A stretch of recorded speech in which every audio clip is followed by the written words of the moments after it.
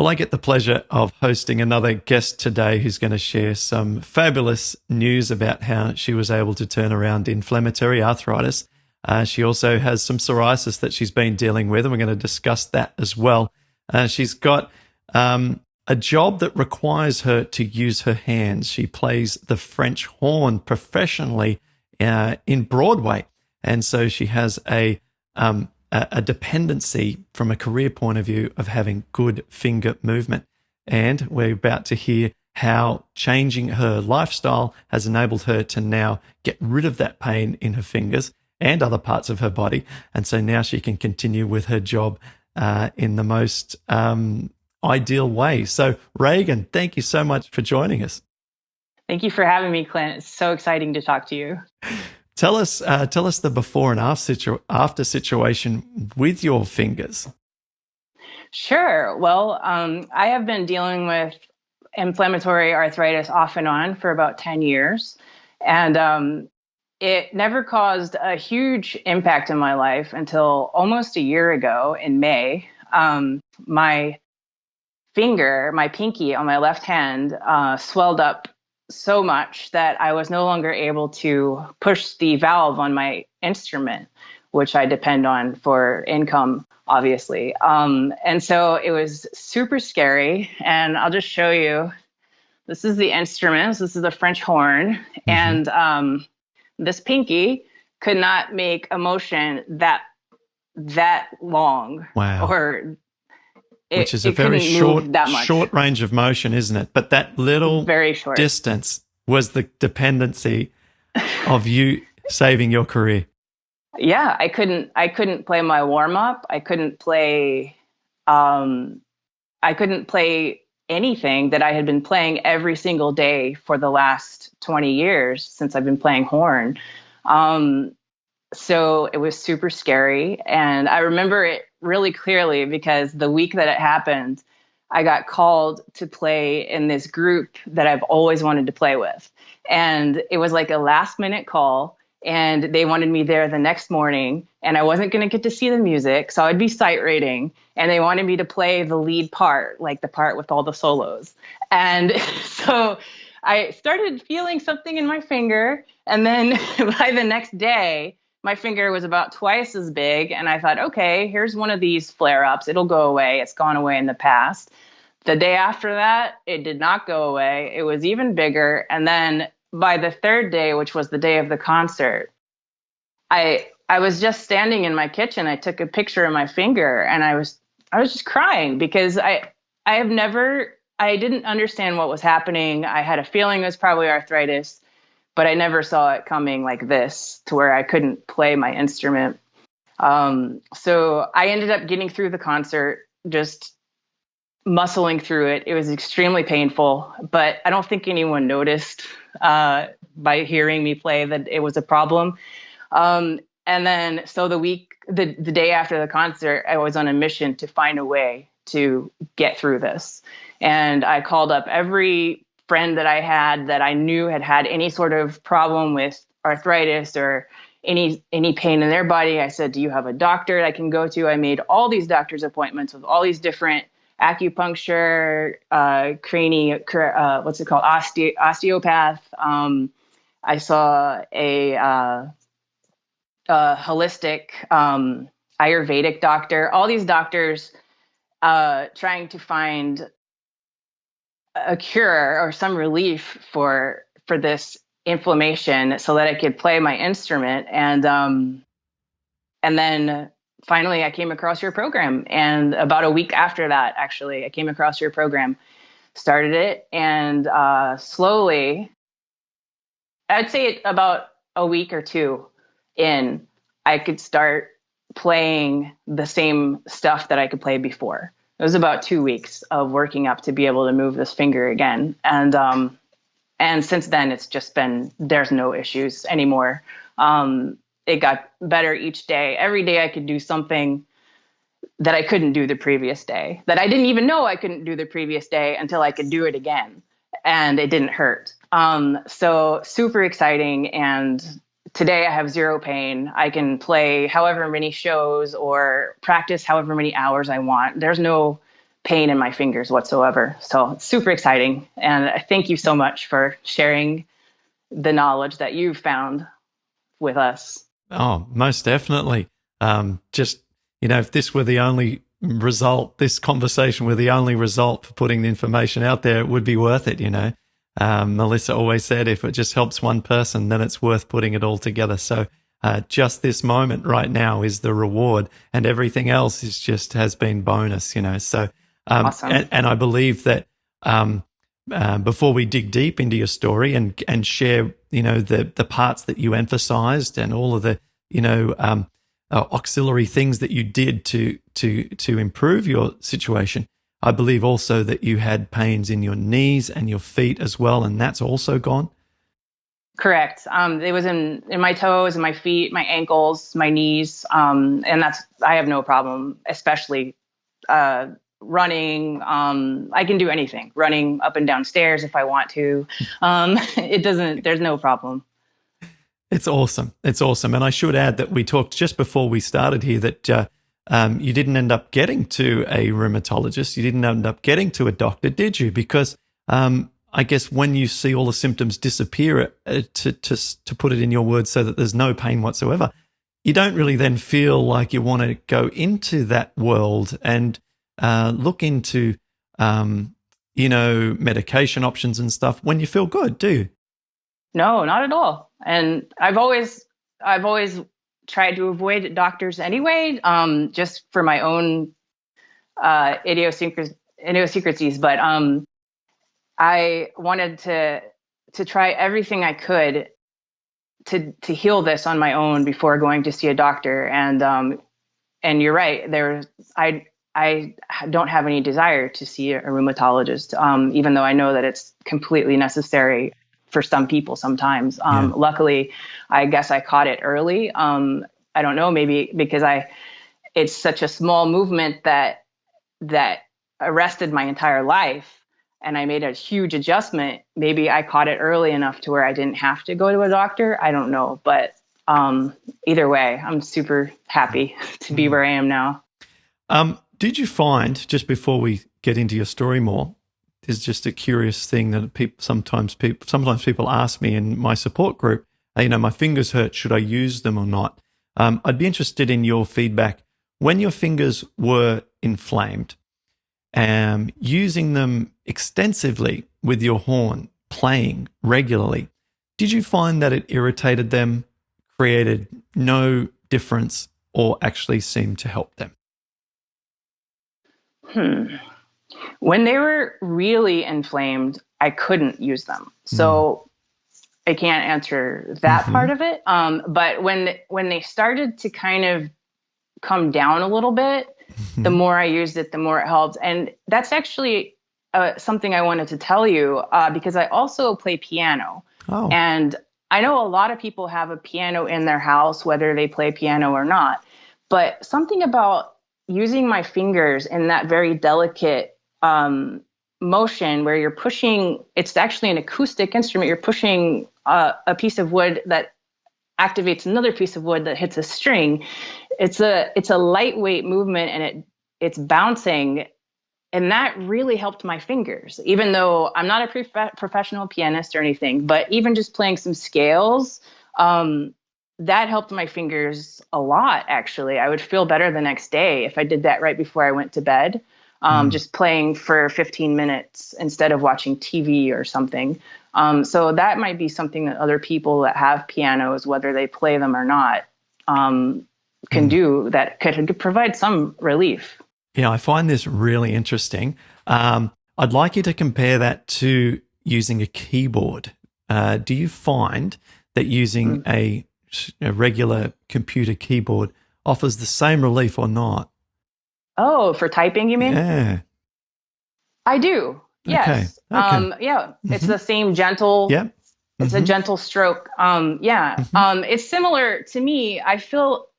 I noticed a weird thing about when I had it in my feet really bad. If I went for like a little bit of a jog, slight jog, it kind of felt like it pushed the bones into alignment or the ligaments into alignment, and it like knocked air out of them or something. I Right. felt like popping sensations. Yep. And I was always thinking, I wish there was something I could do that would be the equivalent for my hands. And so that is actually what I found that was the equivalent for my hands, was the typing or the playing the piano for me, which is what I did more of. So yeah, using it, once you're able to use it, using Yes. it does actually help. Yeah, I find that really interesting, and it makes sense when we see this with the larger joints. Like if, for instance, elbows, which I've had tons of experience with over the years, because my left elbow, when it was really inflamed, I was told just if it hurts to move it, then don't move it. Well, that ended up in surgery, and that elbow got extremely damaged by not moving it. So I thought I cannot do anything. I need to do something the most furthest from what I did with my left elbow for my right elbow, because the left elbow situation was a disaster. So with the right elbow, when it was inflamed, I just used to use it all the time. And the more I used it, the better it felt, even when I was doing things that actually felt a little uncomfortable.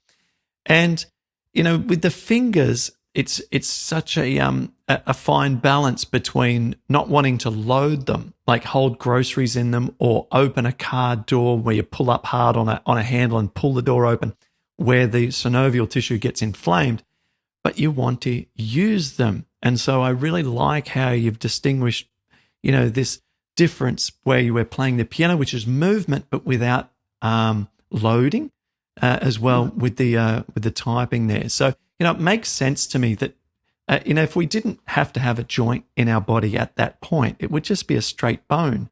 We lose strength by putting a joint in there as a species. So the joint has to be there for us to benefit, and it has to move. And if we don't move it, the fluids in that joint don't get any nutrition. And so it all makes sense. And I've always been a fan of the concept of moving every joint. It's the only purpose. And what I'm saying, I guess, in summary, is that I'm glad that you found the same thing that I believe. Mm-hmm. Yeah, that's absolutely. All. That's where I really wanted to end up with that. Absolutely. Why do you think that this all happened? Did you take any antibiotics for a period of time, or did you do anything really bad as a teenager with your diet to bring all this stuff on? What do you think may have led to this inflammation starting around 10 years ago for you? Well, about 10 years ago, I went to Brazil for 3 months. And in order to go there, we had to get the yellow fever vaccine. And we also had to take anti-malarial medication, which for us was doxycycline. And so I got the vaccine, and I took the doxycycline for about a month before I started just not wanting to take it anymore. So I stopped. And I don't know if that had anything to do with it or not, but a year later was when I started noticing there was something weird with my fingers. And I embarked down the path of alternative healing methods, trying to find a way to make it not swell up. I tried all kinds of stuff throughout the years. But yeah, I think that may have had something to do with it. As far as diet goes, I pretty much ate a standard American diet up until I was up until about college age, and then I went vegetarian. And so that's not very healthy necessarily. So I was eating a lot of like nachos and ice cream. And I know dairy is usually a huge contributor to inflammation or autoimmune diseases. So it could have been related to that as well. The old doxycycline rears its head again. Doxycycline, of course, an antibiotic, was the one that I took for many years for acne, and that's the one that I took when I went over to the Middle East and took 3 months of that. And then for me, it was about 3-4 months later that I got rheumatoid arthritis. So, I chalk another one up on the wall for, at least in part, potentially for you related to some doxycycline, because we don't think that it's that catastrophic. That's the thing. We think, a month of anti-malaria, low dose antibiotic, everyone's doing it. I tell you what I would love to see. I would love to see any studies coming out of the military for people who've served in the Middle East and whether or not those men have a higher rate of autoimmune development than the rest of the male population at the same age. And I'd be, I don't bet on anything, like horses, nothing. I don't gamble whatsoever.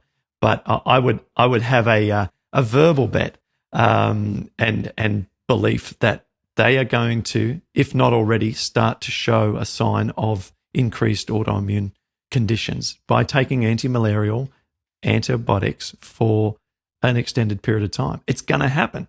It's probably happening right now for those men. That's my belief. Yeah. So you think even a month of taking that would have an effect? I think a month of taking that and not doing anything to restore the populations that have been destroyed is going to have some consequence. You see, if we're eating a Western diet and then we go and knock out our good bugs for a month, they just never get a chance to replenish. They've probably just been hanging in there throughout this whole time because we're a robust species, right? But if we go and do something like that for a month and then don't do anything to offset it, because it's a big intervention. Antibiotics is an enormous, very non-biological, very mammal, the word antibiotic literally means anti-life. That's what it means, anti-life, okay? Kill. That's what it does. And, so when we go and do that, we must do something to offset what we've just done. Right. We must, but we don't get told. We don't get told to. And how many people do we know just have that? By the way, I have a habit of eating tons and tons of leafy greens without oils, and that's just my habit, right? No one has that habit. And so everyone... and sauerkraut. Who's just pumping it? And by the way, just by buying your local sauerkraut, it's probably been flash heated when it's been put into a jar anyway. And so you've lost bugs there, lost enzymes there. So we actually got to be really smart about this to actually replenish those antibiotics interventions. And so my recommendations is just take a broad spectrum, really high quality probiotic. In Australia, there's one called Ultra Biotic 500 made by Bioceuticals. And for the rest of the world, I recommend the VSL #3, which is made out of Europe, and it needs refrigeration and shipping is a pain, but it's the best one. It's meant for ulcerative colitis and stuff. So anyway, I think just having a bit of a chat around this stuff I think is useful, and to do exactly what you said. Go and find or make at home if you have the patience and develop some skills, some sauerkraut, or do what we do, which is just find a local supplier of one of these sauerkraut or kimchi or something, and then pick one that you like the taste of and eat that. But things like Whole Foods have these big brands. Beware of the big brands, ones where, there's tons of them on the shelves. They're mass produced across the country. It's unlikely that they have not been flash heated to preserve them. We should be sourcing our things that are so sensitive, like bacteria and cultured fermented veggies, from local suppliers. It makes sense. You don't put this stuff on trucks and through different temperatures and sit in shelves and boxes and stuff. This is going to try and restore our health and our delicate microbiome. We want this to be just made a few weeks ago or at least only a month ago by someone up the road, Right. That makes sense. Yeah, in theory. Yeah. In theory, right? This is... I know you're in Connecticut and it's freezing cold and stuff, but someone's got to be brewing this somewhere. Yeah. No, that totally makes sense. Yeah, we do have some local options up here. New York State makes some. So yeah. Get into that. Got a podcast just come out. I can say it has just come out as you and I are chatting on this recording, because it will have, by the time our podcast now is released, all about probiotics. So folks, if they haven't watched or listened to that one already, definitely should be going over that. It's such a great conversation with Jason. Cool. Now, tell us what you said you got great progress over the first few weeks. It took a couple of weeks and you started to notice the inflammation go down.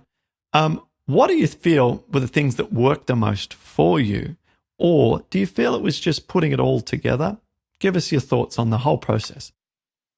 Well, the first thing that worked was definitely the diet, doing the baseline diet, I did the cleanse, and then doing the baseline diet, and what is it, 12 days, and then you start adding something each day. I added it very carefully, and I did it in the order that you suggest, the safest foods first. And so that actually ends up being quite a lot of time that you're on a really basic diet.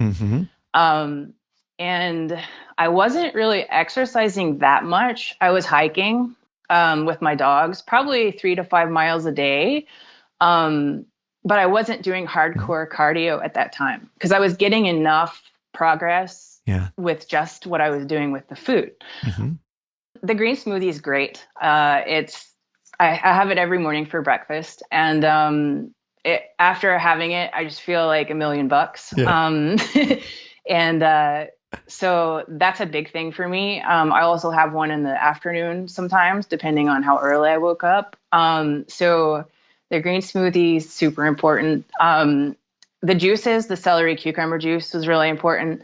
The papaya was very helpful. Actually, I didn't have any trouble introducing any fruit that I've introduced. I think I've introduced them all by now. They were all fine. I had trouble with other things, but fruit seems to be totally cool. Excellent, which is what we want, because if you can have the baseline foods and a bunch of fruit, bunch of greens with your green smoothies, and take a B12 supplement, you've actually hit all your nutrition, okay, which is just bloody ridiculously amazing, right? So, so in that sense, you're good as long as you're eating enough so that your weight you stay strong and you're not, losing weight. So tell us, what did you struggle with? Which foods did you find were too challenging or caused you some upset? Well, the way that the food affects me so far is that I don't react to it right away. It takes maybe a couple of weeks of eating that food before I realize there's something wrong and I have to go back to baseline and try to figure out what it was. So the most recent one, I can tell you, Clint, with 100% guarantee that chocolate and peanut butter don't do well for me. I've tested it multiple times and I've really stuck with it and it doesn't work. So chocolate and peanut butter, they're not on your list at all. Well, I think peanut butter might be on your list eventually. No. But no, it's not. No, I don't like peanut butter. Yeah, those don't work. And then pistachios didn't work. Okay. But I found these out like 2 weeks after eating this food every day. And then all of a sudden there's a big problem. Right. Maybe I'm not catching it when it gets inflamed just a little bit and I'm not noticing it and it takes longer for me to notice it or something. But after a couple of weeks and there's a problem, there's a big problem. But when I say big problem, I'm talking like the pain goes from 0 to maybe 3. Yeah. That's the biggest. Yeah. Whereas the pain used to be a 9 a year ago when I started this. Yeah. So, and then I go back on the baseline. If there's a problem, I go back on baseline, and in 2 days, there's no problem anymore. Gone. Yeah. Awesome. Yeah, I've got some thoughts around why it might take a few weeks to start to feel some inflammation and then to reset, which, by the way, is the perfect strategy. That's just literally the way that I recommend everyone do this, and that's what I did. I would expand my foods a little bit, and then, I've got a problem. Too complicated to work out. I've no idea now because I've got 15, 20 foods that I'm eating. I'm just going to go back to baseline, and then I know that in 2 days I'll be fine. And then I will cautiously sort of try and get back quickly to where I was before I felt the inflammation. Now, that was my whole sequence over and over and over and over again.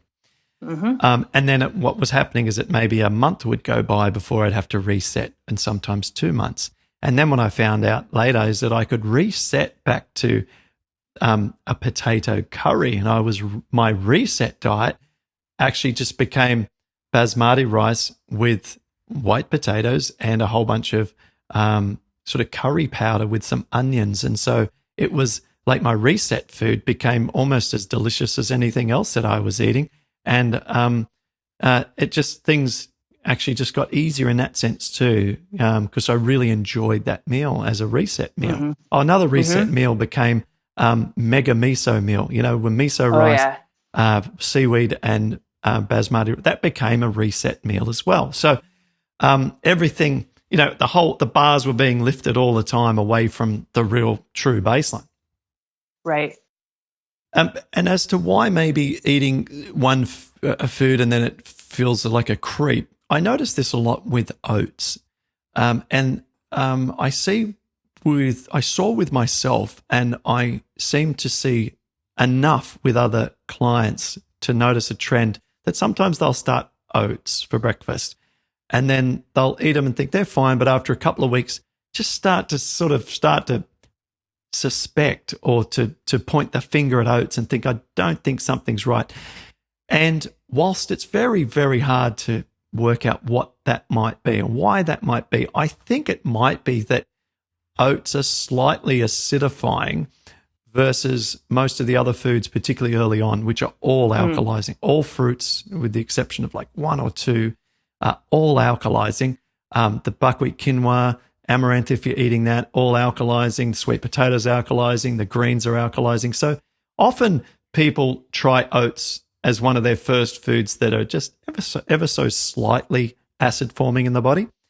And when we're so delicate, this may accumulate a little bit of an acid load. And I'm talking a small amount, but we're delicate over a few weeks. And in which case I just say, look, just take a break for a day or two off the oats and then have them again. Because I do feel that long term we should be eating oats, and we aren't aiming for a 100% alkaline diet. It's not practical. It's not necessary.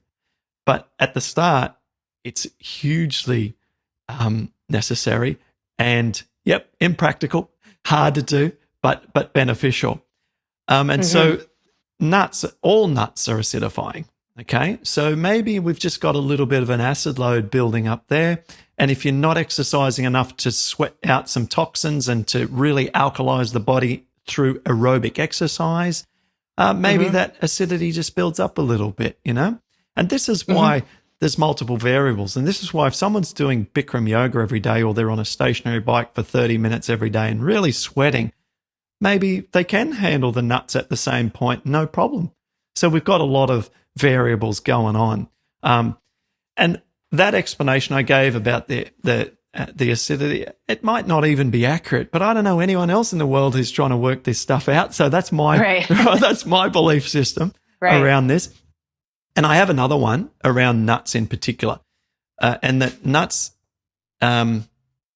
pistachios aren't the worst for this, but a lot of nuts are very, very poor in their omega-6 and omega-3 ratio. So one of the better nuts are walnuts. They have around about don't quote me, but I think it's only like 8 to 1 or something in terms of omega-6 to omega-3. More omega-3 is what we want. That's why we got to smash the greens, the leafy greens and baby spinach, is because it's all omega-3 and no omega-6. And so we're shifting the balance tremendously into anti-inflammatory mode, because omega-6 inflammatory, omega-3 anti-inflammatory. So when we're eating lots of nuts, what we're basically doing is just throwing up the omega-6s quite high.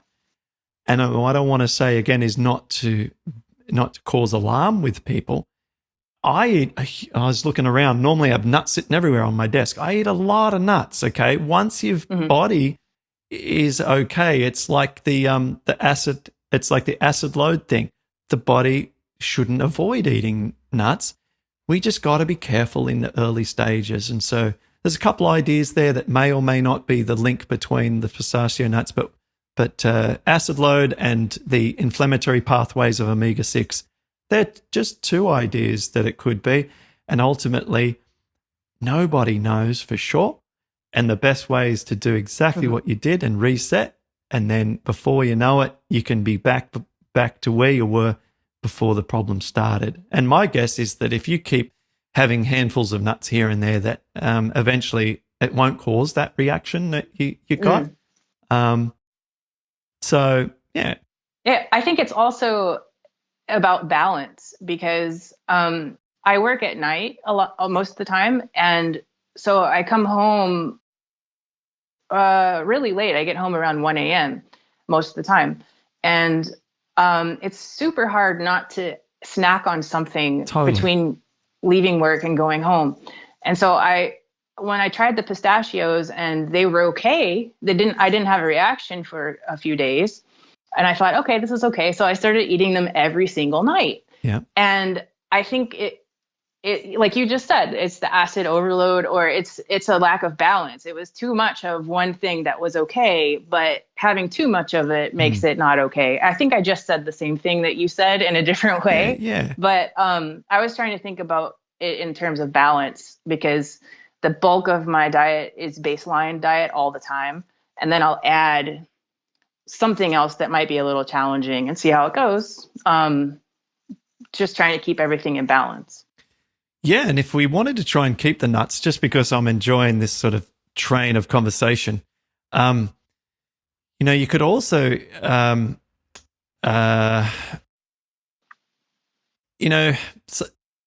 ultimately what's going on, or why do the nuts cause increased inflammation? Let's think about mechanically what's going on inside the body. Well, some part of that nut isn't being digested. That's what's going on, right?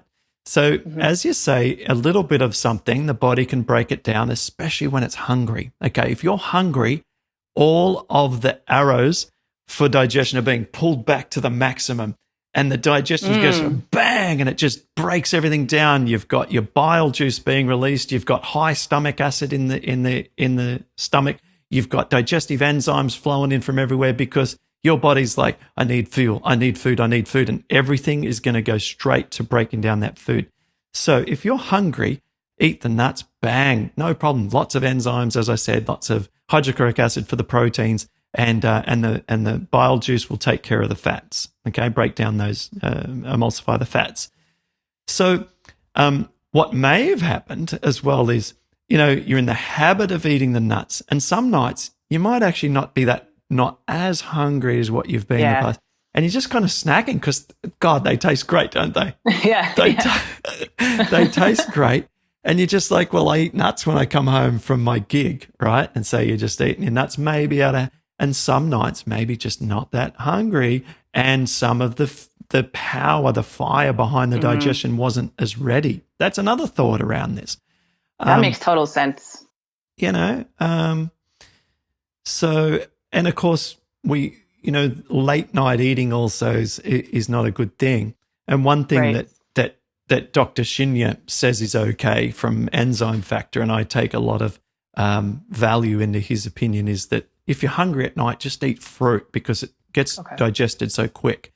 I know it doesn't provide you with that kind of satiation that nuts do, which is, believe me, I'm all about the nuts, right? But maybe what you could do is take your nuts and eat them right before the show, or work out where you can have them throughout your arrangement of your day around your show at night, so that you've actually basically met your caloric intake requirement before the show. And then you feel like anything you eat above that's just a bonus. And then you can take a green smoothie, which has some dates and some frozen mango, some bananas. I think you said you can handle all fruits, put some bananas in there, and seal it right to the top so there's no air in it, in a nice glass container or something that you might invest in that looks nice and you feel good about owning, and have it on your ride home from the from the show, on the train ride home, and taste sweet, just like a reward, almost like having a drink after the gig, like that kind of celebration feeling. Okay. Yeah, that's a great idea. Explore that. Just explore that. I know that I like going when I perform. I like going to the show knowing that I don't have to eat anything beyond the show to try and make up my energy requirements. I don't want to feel like I'm going to lose weight if I don't eat after the gig because, I don't want to do that. I try, and on days that I'm working that night, I'll have my real early dinner, and it'll be a big dinner because I know that if I'm going to eat early, I can eat big. That's not going to be any problem for my digestion at all because it's early in the day and our digestive power falls off with the light. Not maybe 1-to-1, but as we get dark, digestive power softens. So if it's 4:30 in the afternoon, boom, I'm going to have a massive meal as if it was a second lunch. And then I know that I'm fine. I'll digest it pretty good because of the time of the day. So that's a strategy I do when I'm working at night. That's a great idea. Absolutely. I've been I'm kind of famous for having my Tupperwares because I take them with me. I eat before the gig, and then I have the baseline meal before the gig, and then I have another one for after the gig. And so that's what I've been doing, is eating another baseline diet after the gig. But I find that I'm not hungry enough to eat the whole thing, and so I'll just have the salad and the sweet potato part. So that's interesting that what you said about eating the calories before the show. The bulk of it, yeah. The bulk of it. I think as a rule of thumb, we should eat our biggest meal at the middle of the day. I've pushed this really hard. I've just eaten like enormous meals recently as I'm back at the gym again and starting to feel stronger again. And my elbows are behaving well and trying to do chin-ups and stuff I haven't done for a while. And so I'm just, really pushing the lunchtime meal. And, it's almost like you can get away with anything at lunchtime. You almost can. Digestion's just ready. It's just like, if you're going to make mistakes, do it at lunchtime. Cool. Yeah. So you mentioned psoriasis before, and before we started this conversation, I think you just mentioned it in passing. So I don't know whether or not your psoriasis has improved or not. And what have you done over the years to try and bring it under control? And is it under control now? It's not spreading. It's kind of in the same place that it has been for the last year or so. And I got psoriasis, or it started when I was in middle school. So about 10 or 11 years old. And it used to be much worse. And, I went to the dermatologist and they gave me topical stuff to put on it, which kind of worked, kind of didn't. Is that steroid, like topical steroids? Steroids, yeah.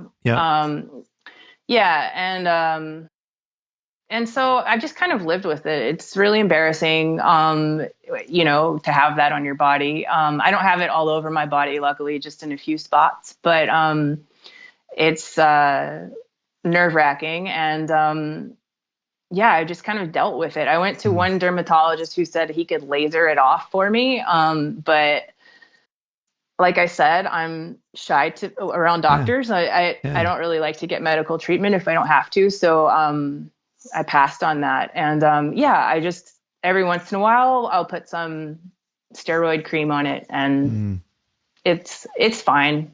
It's just there. It's not getting worse at all. But I don't think that it's changed.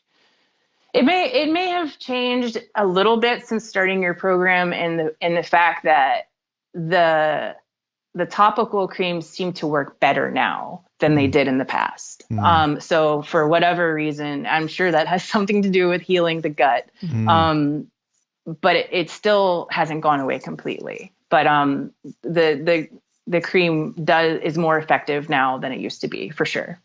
Yeah, I think that's that what you've just described is similar to what I've heard from other people with not so much a psoriatic arthritis situation where the arthritis is the main focus and there's just a little bit of psoriasis, sometimes not even psoriasis in the diagnosis.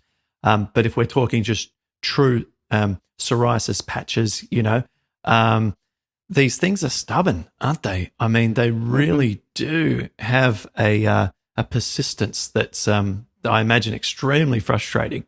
And not having been through it myself and therefore having any, major insights to share with you, the only thing that I can say I observed firsthand was when I was doing a comedy tour with a friend of mine who's well famous in this country, and he and I were doing juicing together like crazy. Some little things here and there improves for this gentleman.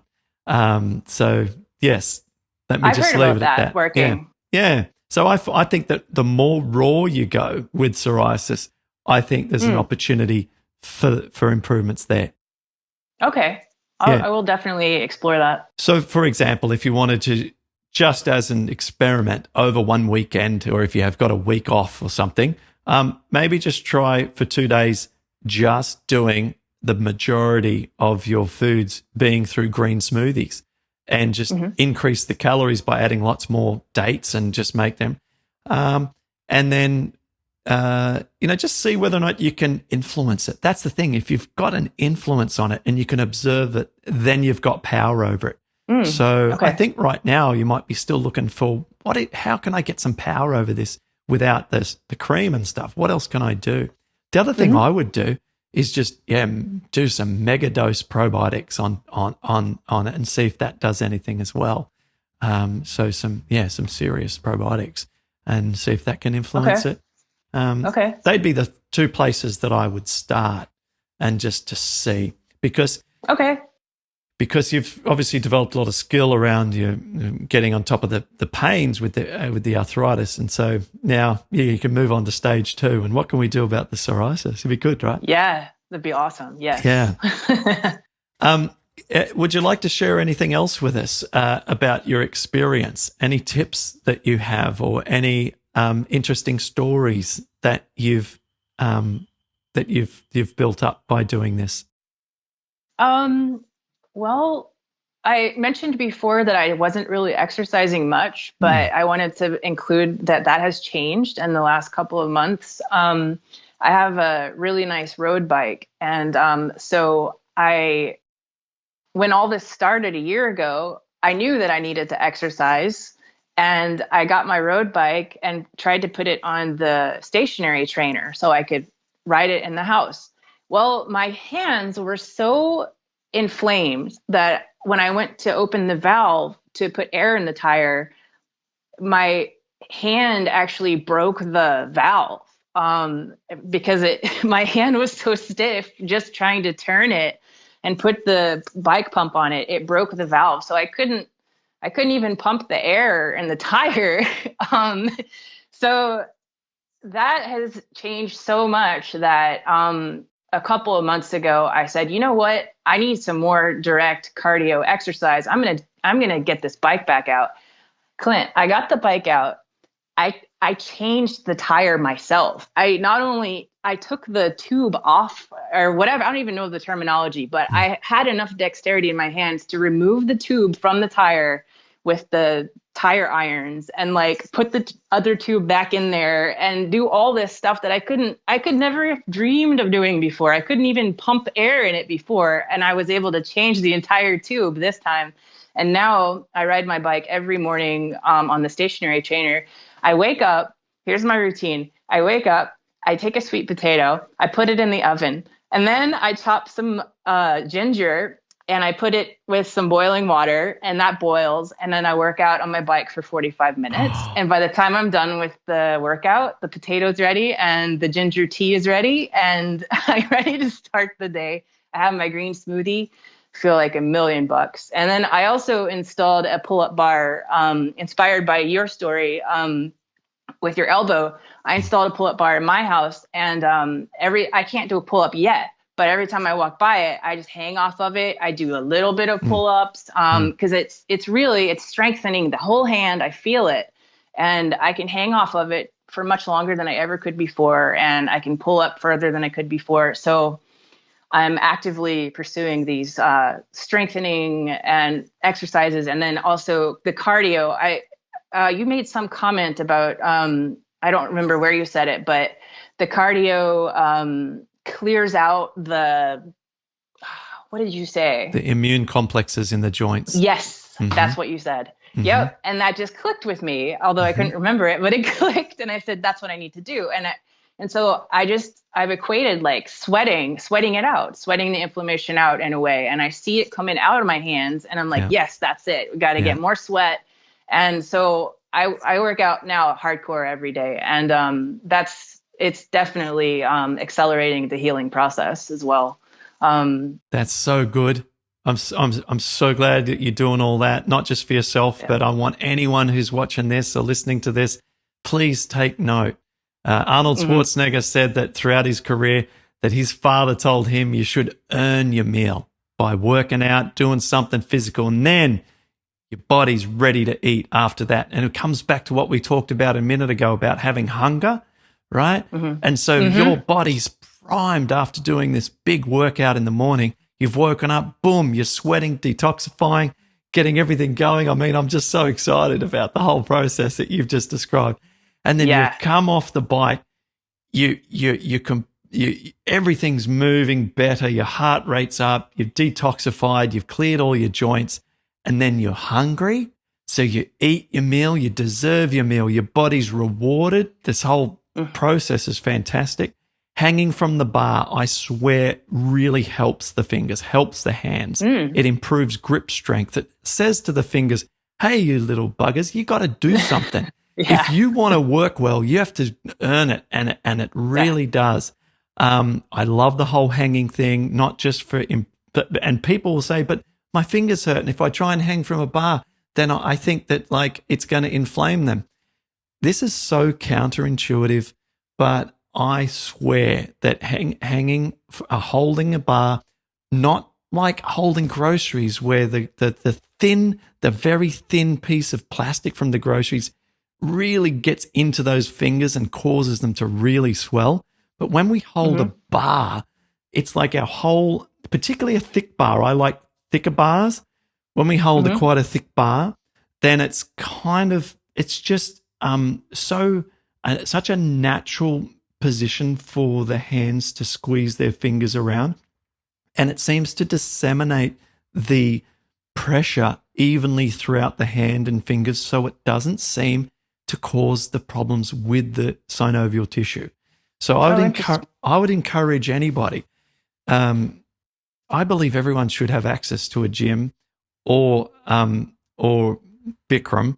And in your case, you've managed to set up a home overhang bar, which can be done in a doorway, right? I'm sure you've just put it in your doorway. Yep. Right. And to try these things, we've got to experiment. If something's stuck, something's not moving forward, going backwards, do something massive and see whether or not you can impact it positively. And that's the thing, like to talk about the psoriasis. What can we do to impact it? How can we get some result and then keep doing it over and over again? And so if the fingers are going backwards, locking up, not moving, stiff, go and try and like hang from a bar from a little bit at the local kids' playground, Right. Yeah. I mean, I missed the gym one day in Orlando about a year ago, and I nearly got locked out of a kid's playground at 8:00 at night because I was in there trying to do chin-ups and stuff. And the security comes over and thinks because in the States, they think everyone's some kind of thief or a criminal. And they're like, what are you doing, sir? And I'm like, I'm just doing some chin-ups in a kid's playground. They're like, we're shutting this playground. I need you to leave immediately. And I'm like, okay. And I just felt, okay. I didn't know they were shutting the playground. Just a public park, but I was going to get locked in with my car and everything. So anyway, look, we just got to continue to push. And what you just described, you can tell I'm chatting a lot. I'm excited. What you just described is so good. And this is why I also feel that you get the progress that you've got, and you get the results that you deserve. The work you're putting in is it's fabulous. Mm-hmm. Totally. Yeah. Also very helpful for me is the Wim Hof breathing. Oh, good. I do that a lot, and I do some of his other exercises as well. Super helpful. I do the breathing on my train ride in every day because my train ride is an hour, and that takes up the whole hour. So you do an hour of it? I do an hour of it. Wow, you are hardcore. Yeah. Yeah, that is awesome. You gotta be. You've gotta be. You gotta be. You gotta be. You gotta be. You gotta be. Like if someone's watching this right now, just sitting on their couch and doing nothing as they watch this, just get up and do something. Just reach down, touch your toes, stretch your lower back, or put your arms up in the air and move them around a little bit. Come on, just like get moving, do something, or go over and make yourself a smoothie. Be relentless, right, in the attempts to improve. Relentless.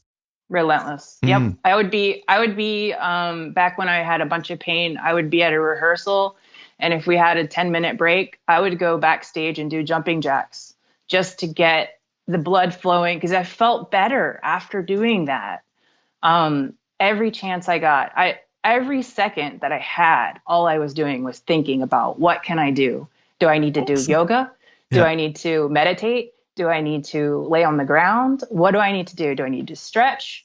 And it occupied every second of my time. On the train, on the way in, before I had discovered the Wim Hof breathing, I would take my horn out and I was so in such a bad way that I would just try to push the valve before the gig. I would be on the way to the gig, not knowing whether or not I'd be able to push my valve once I got there. My God. And I've gone from that to I can play 3 hours a day. I can play 15 shows a week, whatever I need to do. There's no pain.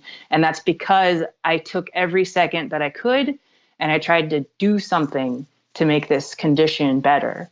And that's what we have to do. And your program, your interviews, when I was going through this in May, that was everything for me. Hearing the stories of other people that were in a much worse condition than I was in, people that couldn't get out of bed, couldn't walk to the bathroom, hearing these stories of these people that completely reversed their lives on your program made me know that I could do it too. And I didn't tell anybody when I was going through this. I didn't tell anybody because the reason I didn't tell anyone is because when you tell people, okay, my hand is so swollen that I can't play my instrument, but I'm going to heal it with diet. It doesn't go that well, you know? They're going to get on your case and tell you, you've got to go to the doctor. They're going to freak out. And that's the last thing that the person having that experience needs, is someone else freaking out on their behalf. I just kept to myself, kept quiet, I didn't tell anybody, didn't tell my family, I didn't tell my best friend until my hand started getting better 2 weeks later. And then I said, hey, look at this picture of my finger from 2 weeks ago. You're never going to believe what's happening. So the inspiration from hearing those stories, I listened to every podcast, and that was everything to me. And I love when I get to hear somebody say, one day I was just in the kitchen putting away the cups, and I reached up and I put away a glass and I started crying because I realized I could never put away a glass before. Things like that. For me, it was pulling my shirt sleeve up. The first time I could do that, I just bust out crying because it's like, that took 2 months before I could do that. Or like open the gas gauge on the car or roll down the car window. These little things that you don't think about. It's so inspiring when you hear other people rediscover their ability to do them. And then when you yourself start to little by little be able to do something that you couldn't do before. It's just the best. It's the best. Isn't it? And I love how you said earlier that we kind of forget what we previously took for granted. And so we don't realize that we couldn't do it until we do it again. You know, that concept Right. that you mentioned? Yeah. Mm. You have no idea. I had Yeah. no idea that I couldn't clip my fingernails without pain until I clipped them without pain. Right. And I was like, I sent a text to my friend. I said, I can clip my fingernails without pain. Yeah, that's great. It's just so inspirational. So that was really helpful, listening to all your podcasts. Yeah, exercising. I made a list of the things I wanted to say that were very helpful in case it helps someone else. Epsom salt baths also. I feel relief from them. Yoga, obviously. Mm-hmm. And then getting enough sleep makes a huge difference for me. I don't know if I'm sure it does for everyone else, but that's a big thing. And I didn't realize I had always had trouble in the morning for years. And I didn't realize until I woke up in the morning without pain that I had been waking up in the morning with so much pain that's why I didn't want to do anything in the morning ever. So that was interesting as well. Anyway. Yeah. Oh, yeah. No, most definitely. Well, it's just been fun to listen to your, evolution.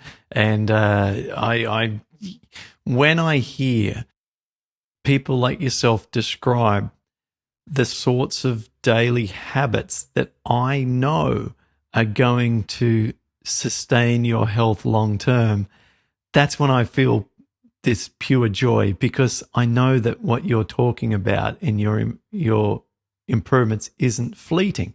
It's not temporary, right?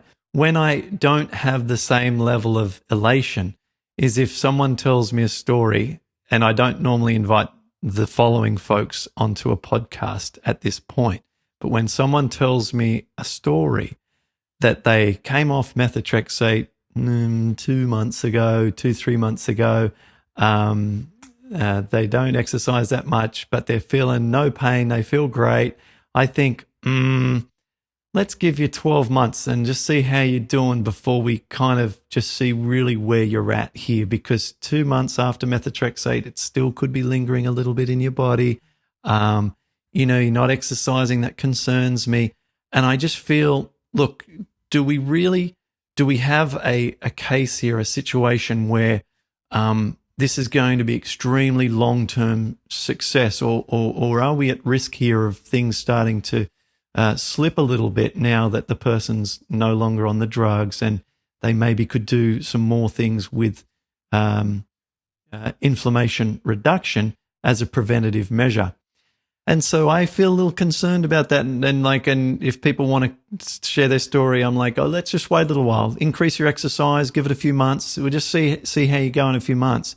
But when I, hear of your, morning routine that we went through in detail, I just feel such confidence about your future. I feel like you have the equivalent of like the world's best insurance policy against something going wrong. And insurance should be in our health, in our personal lives, for our health, just like we spend the money to insure our car. And your insurance is what you're doing each morning, the way that you're eating, the way that you're exercising. Goodness me, it's brilliant. And the way that you really just do what it takes to keep well. And it's, that's why I get so happy hearing what you've described, because I'm like, you go, Regan, like this is, you're crushing it, you're crushing it. And that's what we want. Yeah. We want crushing it. We don't want a little bit better feeling this. We want freaking crushing it. That's what we want. Yeah, we want it. We want it gone. Yeah. It's got to go. It's got to go. I love the word crushing it. Crushing came from Denny, one of our early success stories, goes way back. Denny Prail from the Netherlands, great guy. Can't wait to meet him in person one day. The reason crushing is so good and we like saying that so much is because it feels so complete as one thing, but also it feels like even if we overexert the amount of effort needed to create the result, then that is a better than only just exerting the right amount of effort to meet the enemy, but we go way over and above what's needed because we don't want any room for error here. You know? It's right. Like if you've got one sore little pinky finger, well, that deserves at least half an hour on a bike, right? Yes. Not a stroll, not a stroll. No. A little sore pinky, that deserves at least half an hour a day on a bike. Yeah. So yeah. You've got to crush it. Yeah. That's the only way. Yeah. So, thank you. I think we've come to a nice point to wrap it up. Okay. All the stuff you've shared is brilliant. Super excited to hear about your how you work on Broadway. I mean, that must have been, putting aside the health stuff, must have been a dream come true to work regularly on Broadway. Oh yeah, absolutely. It's the best job ever. Yeah, and are you part of an orchestra that performs many nights, or do you perform for different sort of famous people as part of their orchestra behind them, or what sort of jobs do you normally get? I basically do all kinds of stuff. The bulk of it is Broadway. So like they call it subbing when we play. It's not my Broadway show, but it's someone else's Broadway show. And then they get sick or they don't want to do it or whatever. So they call a sub, and that's me. So I'm now subbing on a few different ones. You've probably heard of Phantom of the Opera. Oh, yeah. Frozen, a bunch of different shows, Wicked. I sub at them, and I also do like orchestral stuff, freelance. I'm a freelancer, so I play when they call. That's wonderful. At the Frozen gigs, is it full of kids? Yeah, there are a lot of kids. Yeah. It's a kids show. Yeah. And Wicked too kind of has a lot of kids. Yeah, it's fun. Cool. Yeah. No, I think that's just wonderful. What a gift to be able to play music and uplift people and make them feel wonderful for the hour or two that they're in the audience.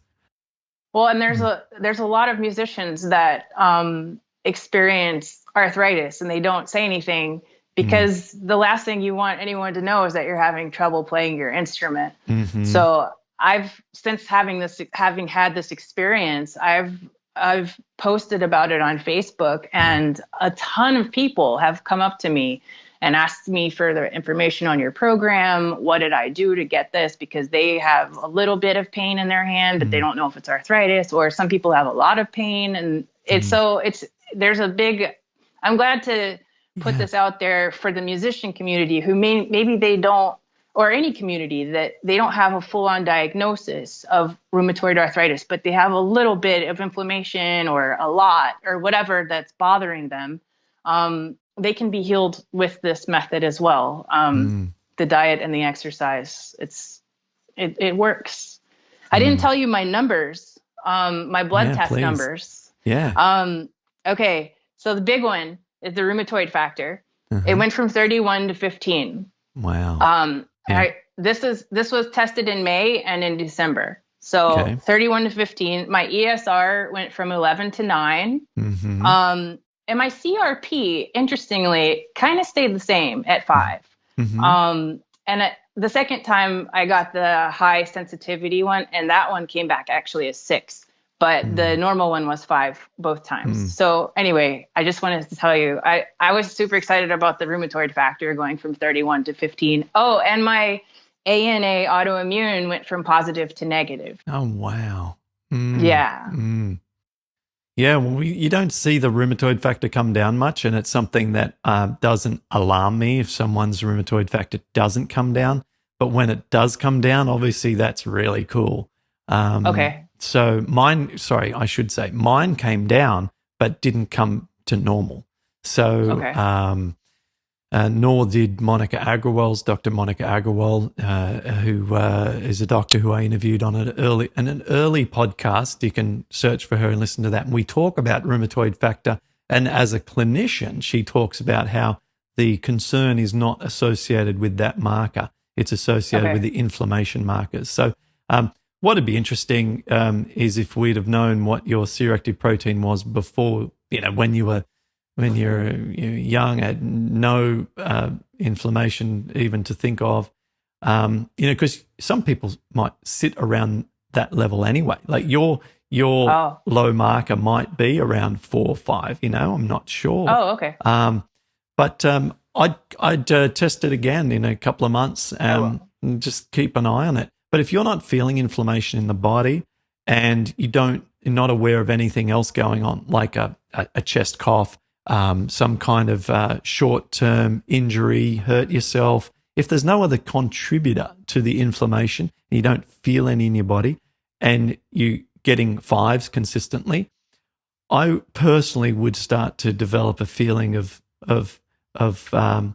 satisfaction that's kind of where my body was sitting at. It's still considered normal, right? 5's still considered normal. Okay.